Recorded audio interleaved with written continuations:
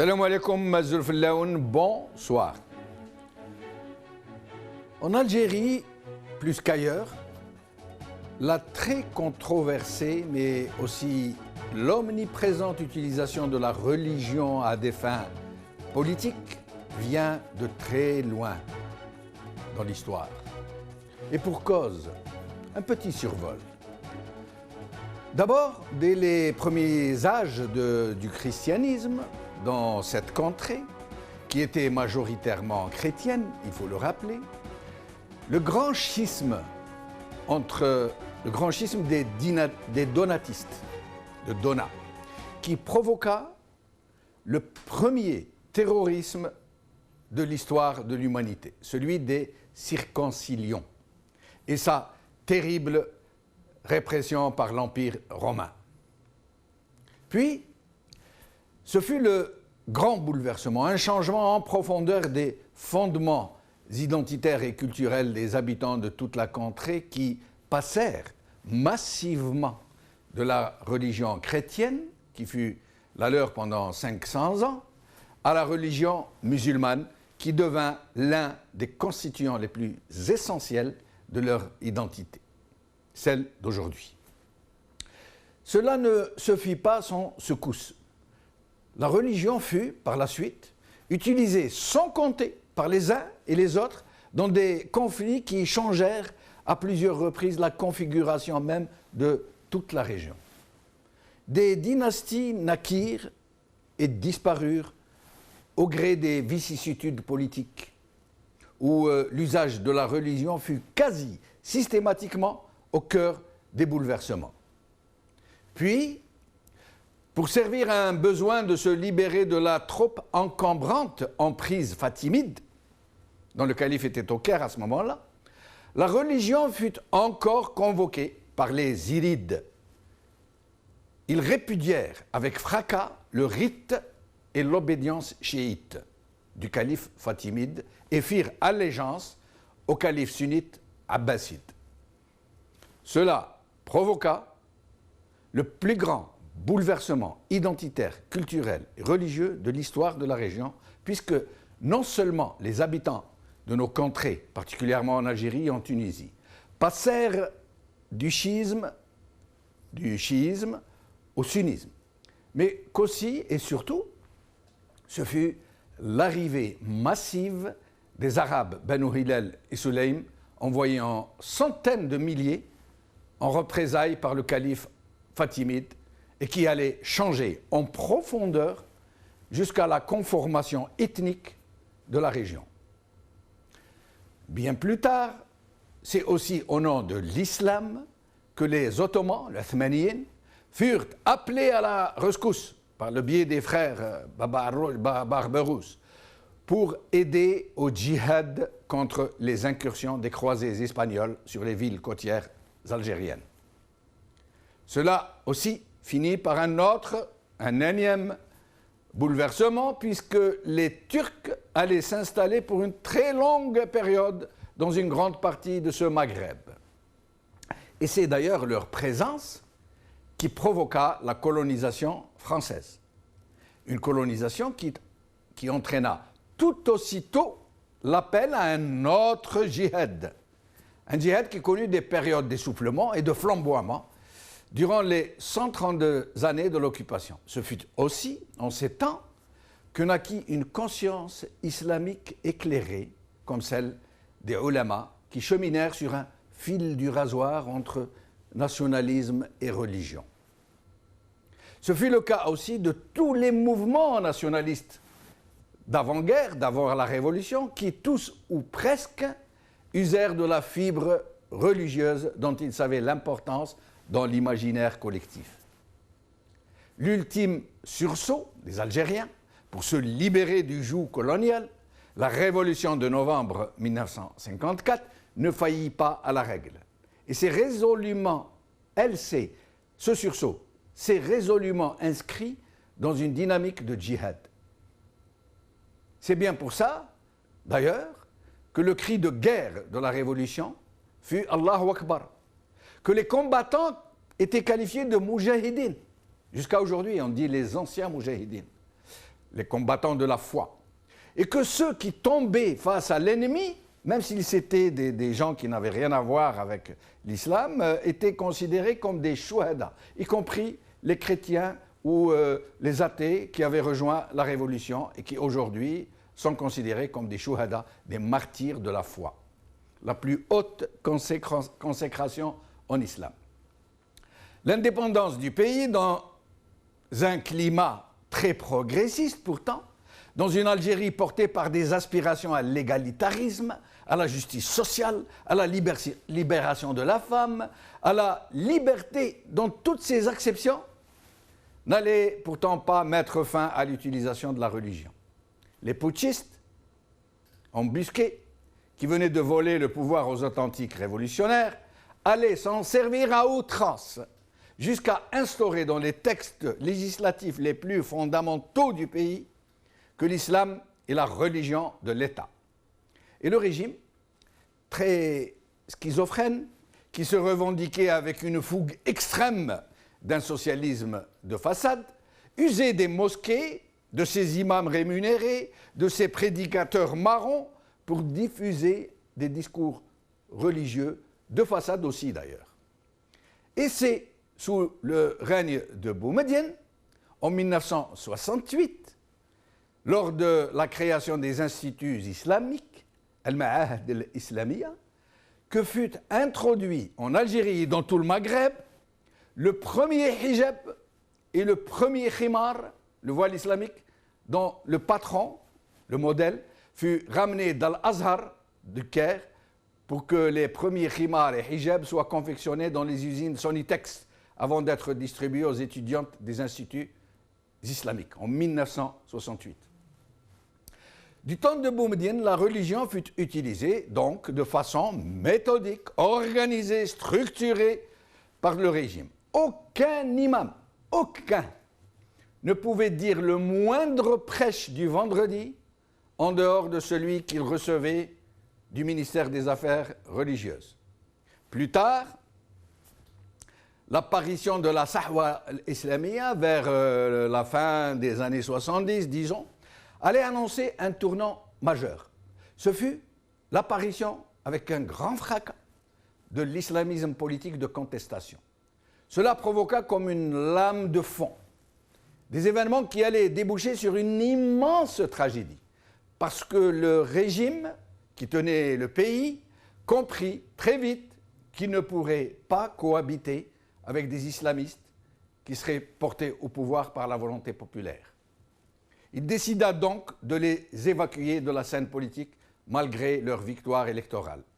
Et il entra dans une logique outrancièrement éradicatrice, déniant à quiconque d'user de la religion à des fins politiques. Or, curieusement, pour hier, vendredi 25 mars, il a décidé de dicter à tous les imams d'Algérie leurs prêches, comme du temps de Boumedienne. Et parmi des choses et d'autres qu'il leur a ordonné de dire, dans leurs sermons, c'est de demander aux fidèles de se rallier autour du Awli al-Amr, le tenant du pouvoir, et d'invoquer sur lui les bénédictions de Dieu. En croire, rêver, sauf qu'on ne sait pas de quel Awli al-Amr il est question. Abdelaziz Bouteflika, Saïd Bouteflika, Gaïd, Chakib, François, on ne sait pas. Aujourd'hui, Liberté. Il leur a demandé de répercuter le message du chef de l'État sur la situation sécuritaire. Mohamed Issa appelle les imams à la rescousse, par Mohamed Moulouj. Média 24. Algérie prêche contre les menaces extérieures. APS. Algérie Presse Service. Prêche du vendredi, appelle à préserver l'unité nationale et la sécurité du pays.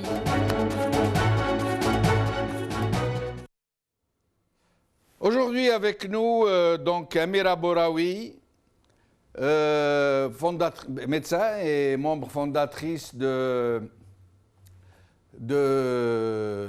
Barakat, et Messoud Ouziala, néphrologue à Paris et ex-mère du fils. On me dit qu'on ne parvient pas à avoir Amira Bouraoui. Nous allons continuer d'essayer de la joindre. Mais avant de recevoir nos invités, nous allons voir deux courtes vidéos pour que vous fassiez une idée, si vous l'avez déjà, sur ces imams et ces muftis qui sont utilisés par les régimes dominants. Regardez. الفريق أول عبد الفتاح السيسي، معالي الوزير محمد إبراهيم، الحضور الكريم، رضي الله تعالى عنكم وأرضاكم ونقلكم من دائرة غضبه إلى دائرة رضاه. يقولون الشرعية، أي شرعية؟ ألا يتشدقون بالإسلام؟ فقهاء الإسلام يتكلمون عن الإمام المحجور. واحد إمام بايعناه فاختلت البلاد والعباد، فأصحابه، هكذا يكتبون في الفقه، فأصحابه اعتقلوه وحجروا عليه، قالوا له اقعد هنا وقفلوا عليه. ذهبت شرعيته، لم يعد له شرعية، لأن الإمام هو المتكلم والمتصرف، ولم يعد متصرفا، خلاص ذهبت الشرعية. أي شرعية هذا يضحكون بها على أنفسهم وعلى الناس؟ الإمام المحجور في الفقه الإسلامي ذهبت شرعيته، فعلى ما يجاهدون ويدافعون؟ إنه الفساد. الإمام المحجور، احفظوا هذه الكلمة، الإمام هذا محجور عليه، يعني محجور يعني محجور عليه، يعني معتقل. والمصيبة أن أمره قد ذهب إلى القضاء فسقطت شرعيته إن كانت قد بقيت له شبهة شرعية، وهو لم تبق له شبهة شرعية. فماذا نفعل نحن؟ نحن نقاتل ولا نقتل. هو الذي عرض نفسه لذلك. ولذلك هؤلاء البغاة الخوارج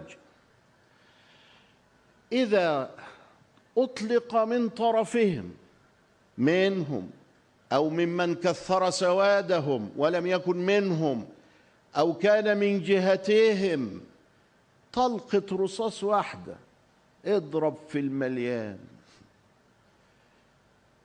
إياك أن تضحي بأفرادك وجنودك من أجل هؤلاء الخوارج. ما الذي أخرجه؟ وما الذي جعله يفعل هذا البلاء؟ فنص الفقهاء على أننا نضربه. الآن الذي أراه أن الجيش الآن بدأ يتوجه التوجه الذي يرضي الله عز وجل من حيث الانضباط العام، نقول بدين الله سبحانه وتعالى. هناك خطوات في هذا المجال؟ نعم هنالك مسؤولون في الجيش طلب منهم الاهتمام بموضوع الصلاة، أوقات الصلاة، متى يبدأ وقت كل صلاة، متى ينتهي، لكي يعلن ذلك في المعسكرات من أجل أن لا يحرج الجنود ولا يحرج الضباط إذا قيل للضابط يا أخي في وقت صلاة لسه ما بين الظهر والعصر 2.5 ساعة، فبإمكانك أن تتأخر شوي. نعم، طلب من بعض الرجال وضع برنامج وبيان لأوقات الصلاة. مصليات الآن بصدد إقامتها في كثير من المعسكرات. هنالك أيضا توجه جديد فيما يتعلق بالإعلام، وأظن أنك تعلم هذا مثلي أو أكثر. نعم، والمسؤولون عن الإعلام أكثرهم نعم يدركون هذا المعنى ويضعون في اعتبارهم ملاحظة ما يبث من مسلسلات وغير مسلسلات ويشعرون بضرورة انضباطها للمراقبة ولانضباطها بالقيم وما إلى ذلك. أستاذ جمال، من الذي كان يتصور أن توجد قناة دينية في الإعلام السوري؟ من الذي كان يتصور أن تبث صلاة الجمعة لا في قناة واحدة بل في 3 أقنية؟ من الذي كان يتصور ذلك؟ لو أننا قبل 5 سنوات أو 3 سنوات نعم تلاقينا وطرحنا رهانا في هذا، نعم لما فكر أحد من الناس بهذه النتيجة. Masoud Ouziala, merci d'être avec nous. Vous êtes néphrologue et ancien maire du Fils. Dites-nous, vous qui appartenez à un mouvement politique qui s'ancre résolument dans la mouvance islamiste, dans la mouvance religieuse, qu'est-ce que vous pensez de cette utilisation de la religion hier par un régime qui a dénié à quiconque d'utiliser la religion à des fins politiques ou politiciennes? السلام عليكم ورحمة الله وبركاته. عليكم السلام ورحمة الله. السلام على جميع المستمعين, à tous vos invités et à tous les téléspectateurs et à vous-même et à toute votre équipe. Merci. Pour le régime algérien et en Algérie particulièrement, utiliser l'islam, c'est tout à fait normal. Il y a absolument rien d'anormal à ça. Ils savent très bien que le peuple est musulman et comme vous l'avez dit dans votre intervention de départ, cette fibre musulmane fait bouger la majorité des gens. Donc ceci est tout à fait, c'est une réaction normale du régime. Le régime, chaque fois qu'il est aux abois, donc il appuie sur cette fibre. Et là, il est vraiment aux abois. Et c'est pour ça qu'il appuie sur cette fibre. Il sait très bien que toutes les fanfaronnades et tous les discours qu'il a pu tenir sur les soi-disant avancées économiques, sociales, etc., qui n'en sont pas du tout, personne n'est dupe et personne ne l'écoute. Et donc, un des moyens de faire revenir les gens dans son giron et dans son sillage, c'est de leur parler islam. Sauf que c'est encore une fois la schizophrénie de ces gouvernants. Lorsque c'est des gens qui parlent l'islam et qui pratiquent réellement l'islam et qui veulent appliquer l'islam, de cela on n'en veut pas. Et lorsque c'est eux qui veulent sortir de choses très compliquées dans lesquelles ils se sont mis eux-mêmes, eh ben, ils font appel à l'islam. Donc moi je trouve que c'est une réaction tout à fait normale. Elle n'est pas très intelligente parce que personne n'est dupe et personne ne va les croire. Vous êtes en train de nous dire que tant qu'il y avait de l'argent, ils n'avaient pas besoin d'utiliser la religion. Au contraire, ils demandaient aux gens de ne pas utiliser la religion, mais que maintenant qu'il va être à court, donc ils se rabattent sur cette méthode qui a été ô combien éprouvée. Ah ben tout à fait, tout à fait. Tant qu'ils étaient dans l'aisance, l'opulence, etc., ils n'écoutaient personne, ni les gens qui parlaient, ni l'opposition, ni ceux qui les conseillaient, ni personne. Ils faisaient exactement comme ils voulaient. Ils en font jusqu'à aujourd'hui comme ils veulent d'ailleurs. Et maintenant qu'ils sont aux abois, qu'ils perdent les pédales, que rien ne va plus, eh ben ils n'ont pas fait que ça. Ils n'ont pas demandé uniquement à ce ministre d'envoyer des lettres à ces imams, mais ils ont fait venir aussi Chatib, ils ont fait venir plein d'autres, etc., pour les aider à sortir de ce marasme. Donc c'est une réaction de désespoir qu'ils sont en train de faire. Ça, c'est mon analyse. Mais certaines personnes pensent que le régime a fini par comprendre quelque chose depuis que les mouvements islamistes comme les vôtres sont apparus. Il s'est dit, bon, ces gens-là veulent de l'islamisme, on va leur en donner nous, pourquoi laisser les autres donc on va fermer les bars, on va demander à nos walis, à nos ministres d'aller à la prière du vendredi, de se bien faire voir au premier rang, de faire des discours avec des connotations religieuses, de demander à nos imams maintenant d'utiliser la religion à fond. Est-ce que ça va être un vrai fonds de commerce pour le régime, j'entends? C'est exactement ça. Sauf que là, vous l'avez bien dit, le dernier mot est excellent, ce que vous avez dit, c'est un fonds de commerce. Ils veulent commercer avec ça. Ils ne veulent en aucun cas appliquer la religion musulmane dans le pays. C'est absolument faux. c'est uniquement du façadisme. Ils sont en train de passer une couche de vernis. Et si demain, par exemple, ils découvrent, je ne sais pas moi, de l'uranium, de l'or ou de machin, et que de nouveau les caisses sont pleines, ils resteront au pouvoir, ils vont s'empiltrer comme ils font jusqu'à maintenant, ils vont dilapider comme ils l'ont fait jusqu'à maintenant, et on reviendra exactement comme avant. Si vraiment ils veulent appliquer Sharia al-Islamia dans ce pays, c'est absolument pas du tout cette voie, c'est pas du tout comme ça. Il faut absolument que c'est le peuple qui décide, c'est le peuple qui vote et c'est le peuple qui élu ses représentants. Et si dans ces élections, celui qui présente le projet islamique n'est pas élu, eh bien, ça veut dire que les gens, le peuple algérien n'est pas prêt à accepter ça. Et donc la conclusion, c'est revenir et encore refaire de la formation et avancer politiquement sur ce terrain et reformater les gens si on veut. Mais ce qu'ils sont en train de faire maintenant, c'est absolument pas. Ils ne sont pas en train de faire rentrer les gens dans les pratiques islamiques, ils sont en train de les appeler à les aider. C'est tout à fait différent, en employant ce subterfuge de la religion. Monsieur Odoziala, une question un peu délicate. D'abord, qu'est-ce que vous entendez par application de la charia? Je vais m'expliquer un peu. Imaginez que des gens arrivent, au lieu de faire la guerre au régime, au lieu de faire des rassemblements, des manifestations, des grands discours, ils vont voir juste le régime, ils lui disent « Nous, on ne demande que l'application de l'article 2 de la Constitution. » Et vous savez que les articles de la Constitution sont de valeur dégressive. Ça veut dire l'article 1er est le plus important. L'Algérie est une république populaire, démocratique, etc. L'article 2, le deuxième article le plus important, l'islam est la religion de l'État. Alors, imaginez que quelqu'un arrive et dise « Non, non, nous on veut faire ni guerre, ni rien, on demande juste l'application de l'article 2 de la Constitution. » Est-ce à dire qu'en appliquant cet article, nous allons aller vers l'application de cette charia dont vous nous parlez?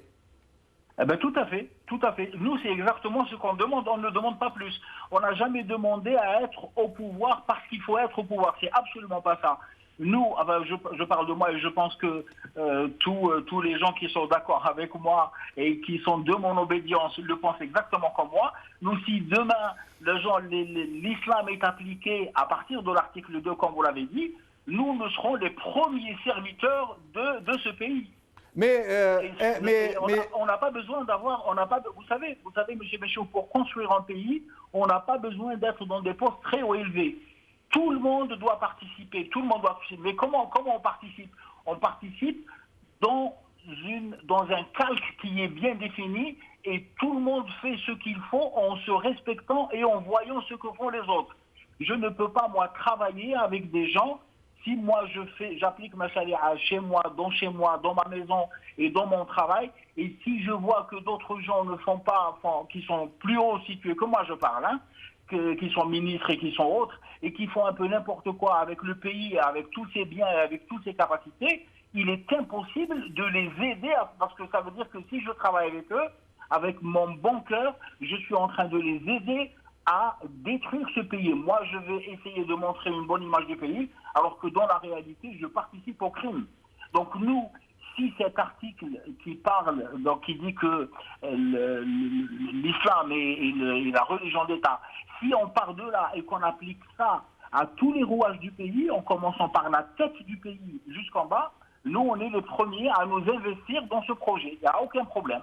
Nous allons revenir vers cette question très épineuse. Je rappelle que nous n'arrivons toujours pas à joindre Amira Bouraoui. J'aurais aimé qu'elle soit avec nous pour répondre au docteur Oziala. Mais sinon, nous allons bientôt ouvrir le standard pour permettre à nos téléspectateurs de s'exprimer.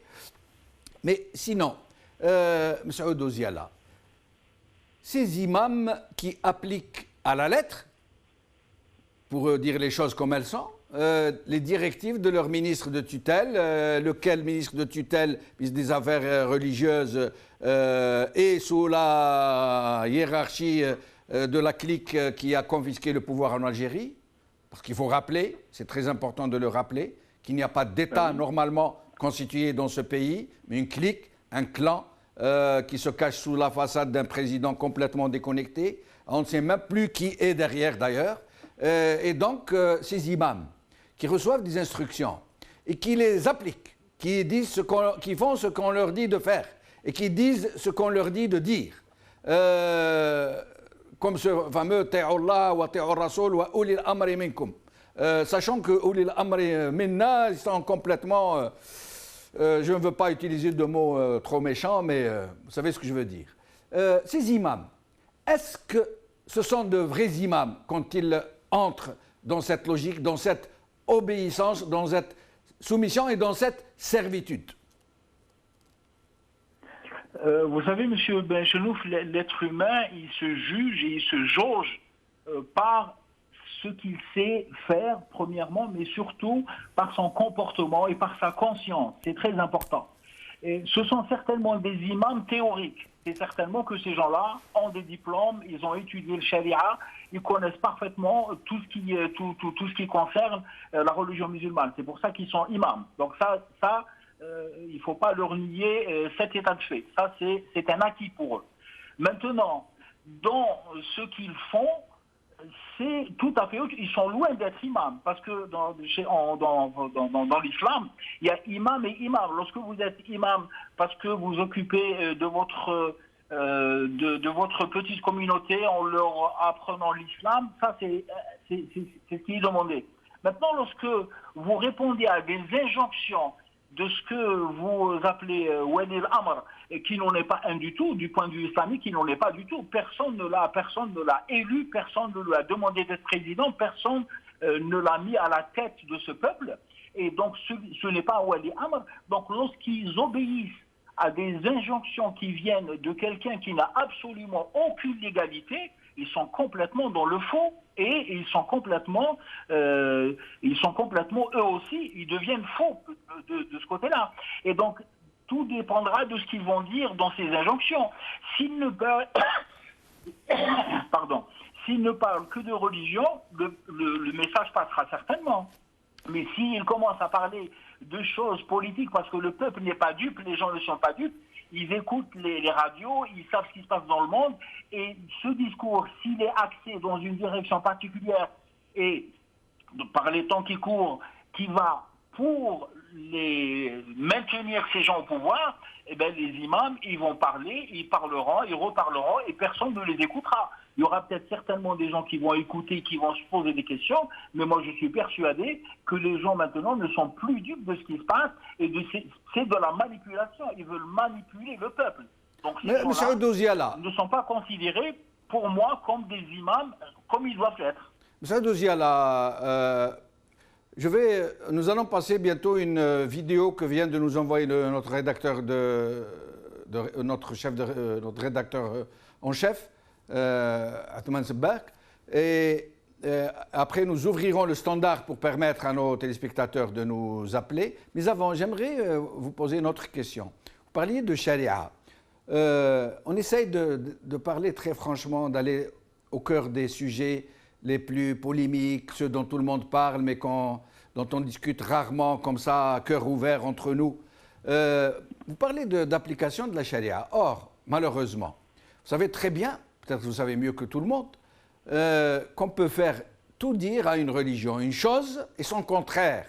Il suffirait que ça tombe entre les mains de quelqu'un. Vous le savez, l'histoire depuis le Khulafa Rachidin jusqu'à maintenant.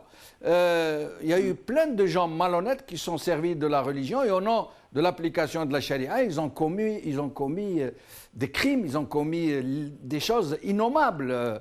Et donc, qui nous garantit demain s'il y a une véritable application de l'article 2 de la Constitution?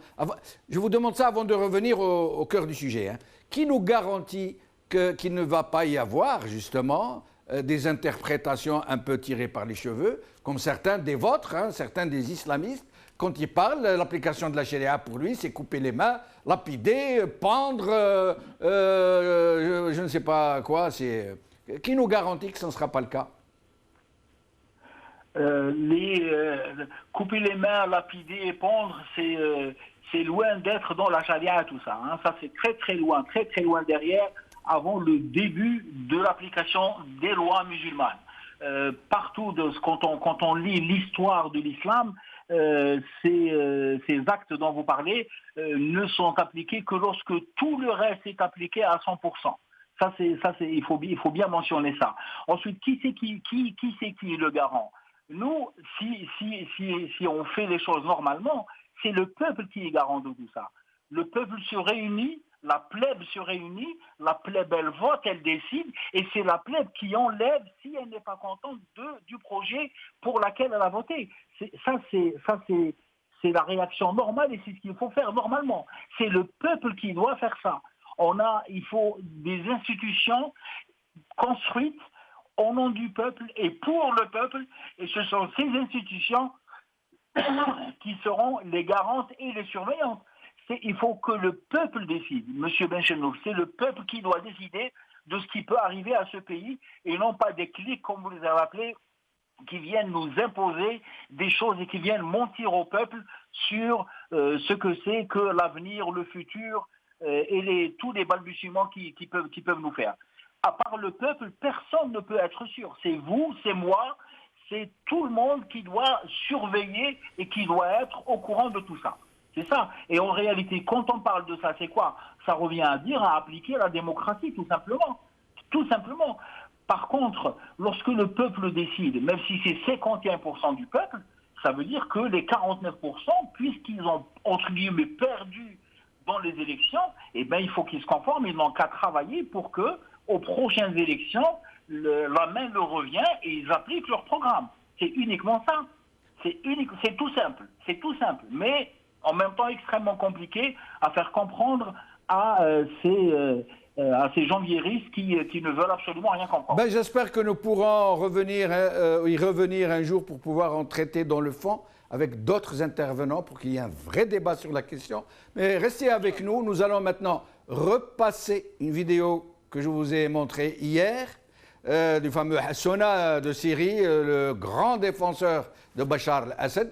Et ensuite, nous allons ouvrir le standard juste après. Vidéo, s'il vous plaît. فلبنان وسوريا سينطلق كل واحد من أبنائها وبناتها ليكونوا استشهاديين على أرض أوروبا وفلسطين. وأقولها لكل أوروبا، أقولها لأمريكا، سنعد استشهاديينهم الآن عندكم. إن قصفتم سوريا أو قصفتم لبنان فبعد اليوم العين بالعين والسن بالسن والبادئ أظلم وأنتم من ظلمتموه. سأقول لكل عربي ولكل إنسان لا تعتقدوا أن من سيقوم بالاستشهاد في أراضي فرنسا وبريطانيا وأمريكا سيكونون عربا ومسلمين. سيكونون جول جمال جديد وسيكونون محمد درة الجديد وسيكونون كل الصادقين الجدد. لا تقتربوا من بلادنا. Voilà, la vidéo d'hier, il y avait un sous-titrage en français, malheureusement ça n'a pas été le cas aujourd'hui, où ce monsieur prévient l'Europe, l'Occident, un peu tout le monde, qu'il va envoyer ces djihadistes, martyrs, se faire exploser au milieu des foules.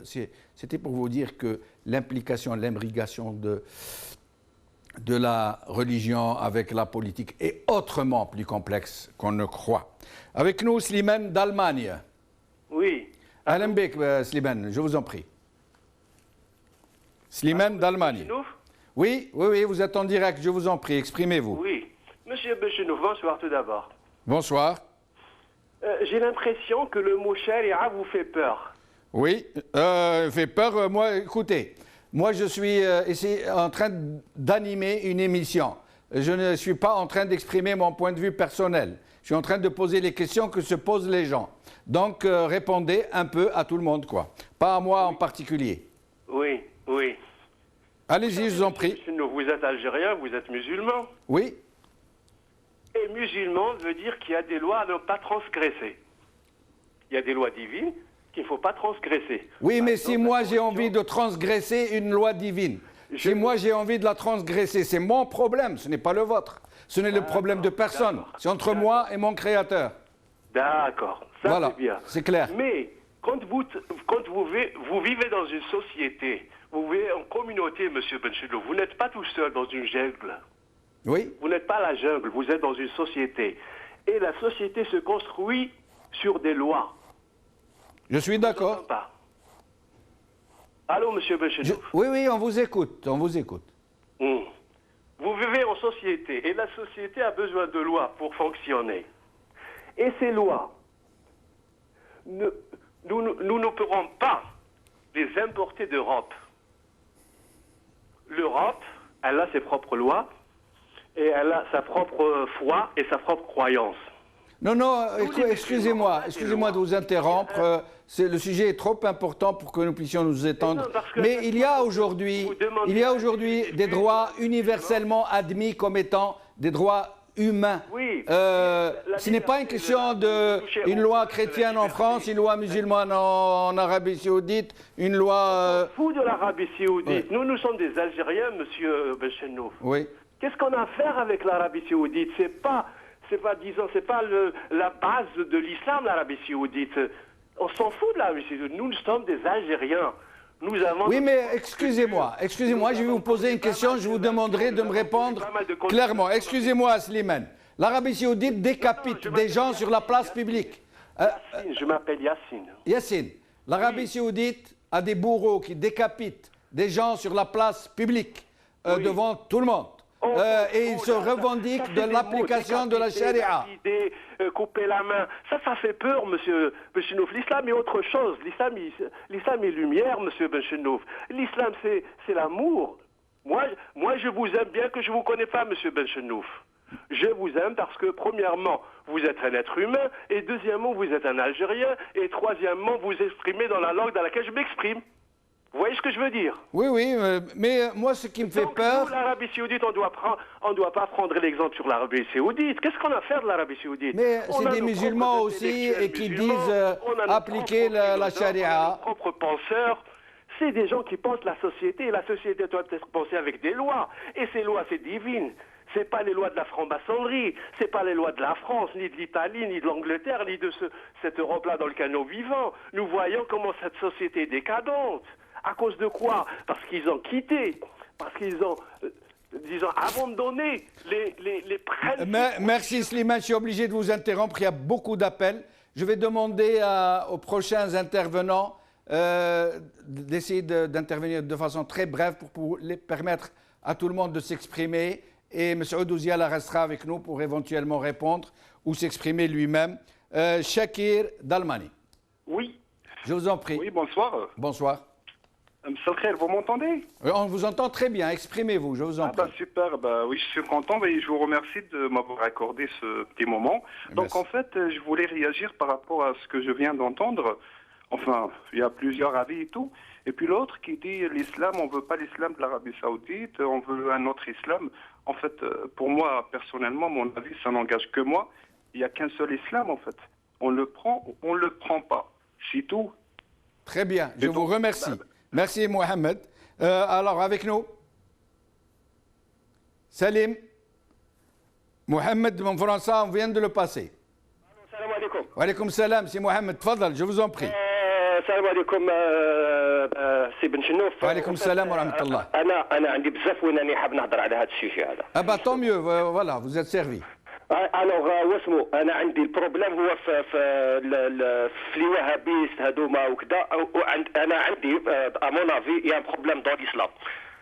Il y a des gens qui ont pas pu corrompre le Coran parce que inna lahu la hafidun, ils ont corrompu le sunna. وراهم يديروا n'importe quoi avec la sunna. نعطيك ان اكزومبل جوست صغير هكذا، تعطيني جوست 10 سكوند وخلاص. 10 سكوند 10 سكوند وخلاص. عندك كيما هذاك العريفي هذاك خطرا قال دار واحد الديبا باللي الرسول صلى الله عليه وسلم كان واحد المراه وكذا، يعرفوا الناس يعرفوا السنه يعرفوا الحكايه باللي هضرت عليه ولا وقطع لها راسها. الوغ فهمتني كيفاش؟ والرسول صلى الله عليه وسلم يقول له ربي وانك على خلق عظيم. هذا الرسول صلى الله عليه وسلم عمره ما يديرها. يبقى هذوك اللي داروا لي كاريكاتور باغ اكزومبل تاع شارلي ابدو وكذا، يبقى كيسمعوا حديث كيما هدايا، حديث فوق كيما هدايا، يبقى هما في راسهم عندهم الضروه يديروا واش داروا. Merci Houari, merci. Je rappelle que je préfère, s'il vous plaît, qu'on reste un peu dans le sujet du jour, qui est l'utilisation de la religion à des fins politiques. On essaye. Mais sinon, je vous promets, Barbi Inch'Allah, qu'on reviendra sur ce sujet très très polémique, très délicat, très volatile. Houari d'Allemagne avec nous. Houari d'Allemagne. السلام ورحمة الله. أهلا يا هواري، تفضل. كيراكم لاباس؟ لاباس يعيشك خويا. أنا باغي نقول حاجة. أنا على بالك كانوا انتخابات تاع 92. وي. أنا كنت ملي انتخبوا الجبهة الإسلامية انقاد على. أنا ما انتخبتش على الناس ولا شكون، انتخبت على البروغرام. سافو دير أنا جو شوي أراب ألجيريان ميزيلمون، ماذا بيا نعيش تحت الشرع تاع الله، هذه كاع نبغوها. ولكن ايامات أنا جيت روبي دروك الحالة اللي زعما نديروا دولة إسلامية ضمير كاع العرب كاع المسلمين في العالم، هي تبدا من البيت من الدار. صافي نديروا تاع حاسبوا انفسكم قبل ان تحاسبوا الناس.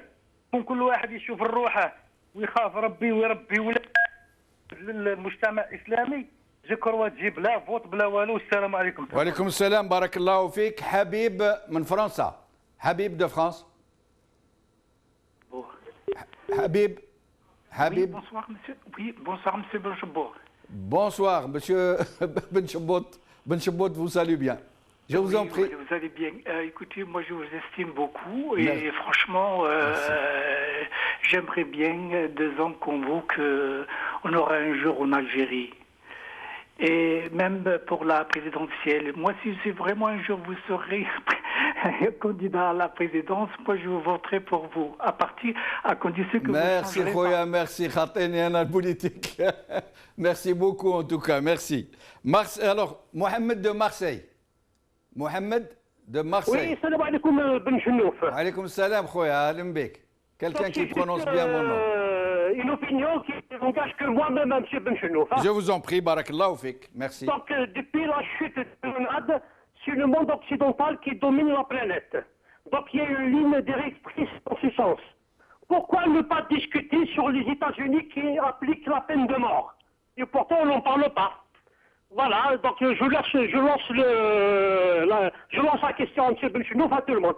Assalamu alaikum. Je vous remercie pour cette question. Vous avez tout à fait raison. Les États-Unis qui tuent autant, sinon plus, que l'Arabie Saoudite. Sauf que eux, ils le font de façon synthétique, injection de gaz, d'électrique, et que les Saoudiens, ils le font dans la place publique avec une épée comme ça se passait il y a 15. C'est à peu près la même chose, hein, il faut reconnaître. Il y a autant de barbarie ici que là, c'est mon avis là. Sinon, Maana, Amin, من فرنسا. Amin, je vous en prie. Salam alaikum. Wa alaikum salam. Ahlan bik, c'est Amin. Alors oui, pour répondre à votre question, pour moi, je pense que la religion est à proscrire, est à exclure de la sphère publique. Et je peux défendre cette idée. Je vous en prie. Alors, donc, oui. Mais écoutez, s'il vous plaît, de façon assez brève, je sais que c'est un exercice très difficile de traiter d'un sujet aussi épineux, aussi complexe, en très peu de mots, mais il faut faire intervenir le maximum de gens. Merci. Il n'y a pas de problème. Alors, nous, nos martyrs, les gens qui ont pris les armes pour combattre la colonisation, ils ont combattu pour édifier une nation démocratique, basée sur des droits universels. Et non pas la charia qui est problématique, qui est sujet à multiples interprétations, n'est-ce pas? Donc nous, on cherche à fonder un état de droit, où le croyant et le mécroyant peuvent coexister ensemble. Cette idée de couper les mains ou je sais pas quoi, et les gens, vous voyez, les gens, ils sont enthousiastes, parce qu'on parle de religion, c'est bon. Hop, là, les gens, ils commencent à parler et tout. Nous, ce qu'on cherche, c'est un état de droit. Chacun vivra comme il l'entend, comme bon il lui semble. Tout simplement. Merci. Amin. Mohamed de France, toujours. Il y a beaucoup d'appels d'Europe aujourd'hui.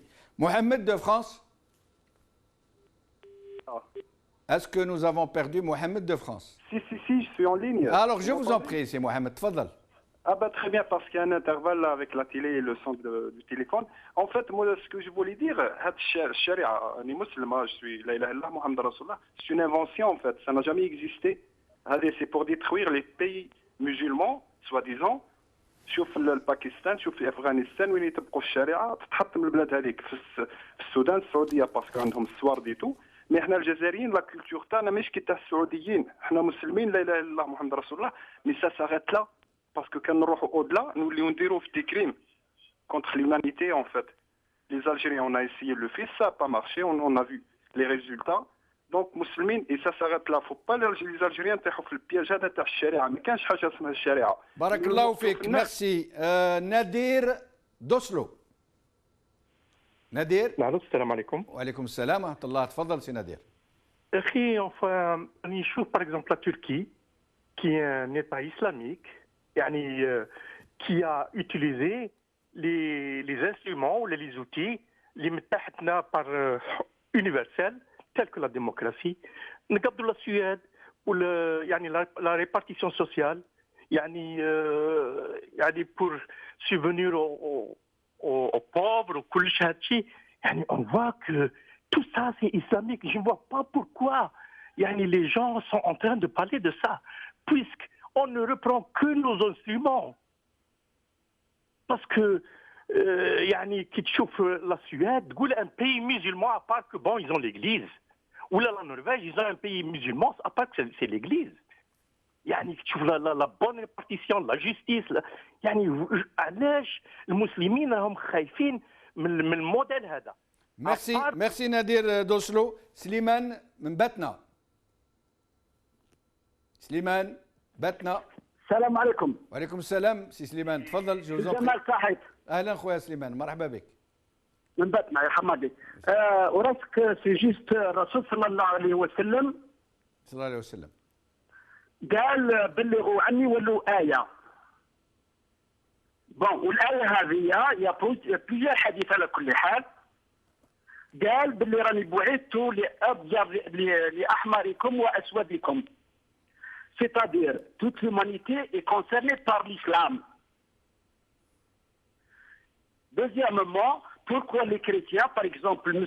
Bush, il a dit une guerre sainte. Est-ce que les chrétiens, ils sont permis, est-ce que Jésus-Christ leur a permis d'aller bombarder à Bagdad à minuit, les gens qui dormaient et les enfants et les femmes, il les a bombardés. Est-ce que le christianisme leur permet de faire ça? Merci سي سليمان. صالح من الجزائر. صالح. Bonsoir, M. Jalal. Bonsoir, si Salah. Alan Bek. C'est avec plaisir de vous rejoindre et de participer à cette émission. Tout le plaisir est pour nous, merci. Bon, pour moi, le problème de l'islam, pour les musulmans, il est clair, c'est un sujet qui... Il reste le problème de comment vivre l'islam en Europe. Comment vivre l'islam dans les pays soi-disant démocratiques. Et comment vivre l'islam dans les pays les pays dictateurs. Bon, pour, tout à l'heure, quelqu'un qui parlait de commencer par la famille et venir. Mais on est en train de vivre. On veut vivre notre islam. C'est ça. Comment vivre l'islam dans le 16e siècle, le 21e siècle. C'est pour cela qu'on demande aux ulama de l'islam de nous parler de comment appliquer l'islam dans ce temps contemporain. Merci beaucoup Salah. Je suis obligé de vous interrompre. Nous allons prendre un dernier appel. Je m'excuse auprès des nombreux téléspectateurs qui sont en train d'appeler. Ils sont très nombreux. Je vous remercie pour cette confiance que vous nous faites et de cette bienveillance que vous accordez à nos émissions. Donc je vais prendre un dernier appel et je reviens à Msaoud Ouziala avant de vous quitter. Donc nous allons prendre Salah de Kharrata. Salam alaikum, monsieur Ben Chenouf. Alaikum salam, c'est le khair, c'est Salah. Ahlan bik. Alors deux mots راح نهضرهم بالجزائرية تاعنا. اتفضل. تطبيق الإسلام يقتضي وجود سياسيين يتقنون الشريعة و رجال دين يتقنون السياسة بصفة عامة الإسلام واش هو حديث الرسول صلى الله عليه وسلم المشهور لا يؤمن أحدكم حتى يحب لأخيه ما يحب لنفسه. السلام عليكم. وعليكم السلام, barakallahu fik, b'khala khair. Merci à tous les téléspectateurs qui ont appelé. Merci à Moussaoud Ouziala à qui nous allons donner la parole de la fin. Je suis désolé de ne pas pu avoir joindre Amira Bouraoui qui aurait pu apporter un autre son de cloche. Merci à vous, chers téléspectateurs, de nous avoir suivis. Et je reviens à Moussaoud Ouziala qui va donc clore cette émission. Moussaoud Ouziala, tfadal. Barakallahu fik. À entendre donc tous les intervenants, le résumé, en fin de compte, c'est ça. Hein, donc on ne peut pas avoir peur de quelque chose si on ne l'a pas essayé. Et donc c'est pas la peine de dire que le fils était au pouvoir. Le fils n'a jamais été au pouvoir. C'est pas les quelques mois qu'ont eu les maires à gérer des situations d'urgence qu'on appelle pouvoir. C'est pas ça le pouvoir. Donc ce qu'il faut dans ce pays, je reviens encore à ce que je disais tout à l'heure, c'est laisser le peuple choisir et se conformer à ce que veut le peuple. Et bien sûr, le peuple, quand il n'est pas content de quelque chose, il faut absolument qu'il l'enlève. Et donc ça veut dire que toute cette junte, que tous ces gens qui sont au pouvoir, que ce ministre qui fait fonctionner ses fonctionnaires à coup d'injonctions qui viennent, comme vous l'avez dit, d'on ne sait où, et sûrement pas d'un wali amara shara'i, tout ça, c'est de la rigolade et ça ne peut pas faire avancer le pays et ça ne peut le faire déboucher sur rien du tout, sauf sur un chaos plus important. Merci, M. Ouziala. À mon tour de donner mon modeste avis personnel. Je crois que si les gens ont peur des mouvements islamistes qui n'ont en fait jamais vraiment pris le pouvoir dans des pays comme les nôtres, c'est parce que ce n'est pas comme, par exemple, de passer d'un parti à un autre, d'une mouvance politique à une autre. C'est passer de ce qu'on connaît au parfait inconnu. On n'a aucune idée de ce qui pourrait se passer. Et s'il y a beaucoup de gens qui adhèrent à ces mouvances, à ce qu'elles promettent, au programme qu'elles proposent, il y a beaucoup de gens aussi qui en ont peur. Et l'idéal serait que nous puissions tous discuter entre nous pour essayer de nous rassurer les uns les autres et surtout trouver un cadre qui satisfasse tout le monde, dans lequel nous nous inscrirons, nous pourrions tous nous inscrire et pouvoir enfin nous faire confiance les uns les autres et laisser la volonté populaire primer sur tout le reste. Salam alaikum, bqaw ala khair, bislama.